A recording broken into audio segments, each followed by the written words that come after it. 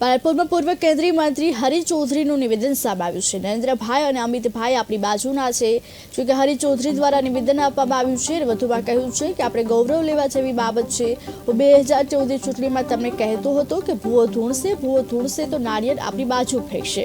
નાળિયેર ફેંક્યું, આપણને ગૃહમંત્રી બનાવ્યા। અને જોકે હરીશ ચૌધરી દ્વારા નિવેદન અપાયું છે। ભાજપના પરિચય કાર્યક્રમમાં નિવેદન આપવામાં આવ્યું છે।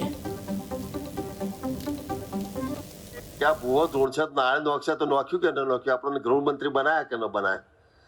તો આ એવા વ્યક્તિઓ છે કે અહીંથી 50 કિલોમીટરમાં અમિતભાઈના ઘેર જવું હોય કે નરેન્દ્રભાઈના ઘેર જવું હોય તો આપણે જઈ શકીએ।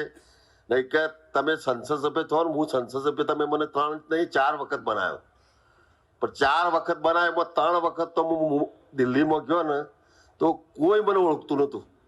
તમારા મનમાં કે હરીભાઈ તો ગયા એટલે સંસદ સભ્ય થઈ ગયા, વાજભા હશે, પણ મારા જેવા 750 ત્યાં પર રહી, 550 લોકસભામાં ને 250 કોઈ વડાપ્રધાને મને હરીભાઈ નથી કીધું। વાજપેયીજીએ મને ન ઓળખે, અડવાણીજીએ ન ઓળખે, અને મનમોહનજી તો કેવી રીતે ઓળખે? એ તો બોલતા જ નતા। મિત્રો, પહેલી વખત 2014માં આપ સૌએ મને ભારે બહુમતી મોકલ્યો। પહેલી વખત એવા વડાપ્રધાન હતા કે લોકશાહીના મંદિરના પગથિયા ઉપર માથું ટેકનાર કોઈ વ્યક્તિ હોય તો એ આપણા વડાપ્રધાન નરેન્દ્રભાઈ છે, કે પાર્લામેન્ટનું છેલ્લા પગથિયા ઉપર માથું ટેકવીને નક્કી કર્યું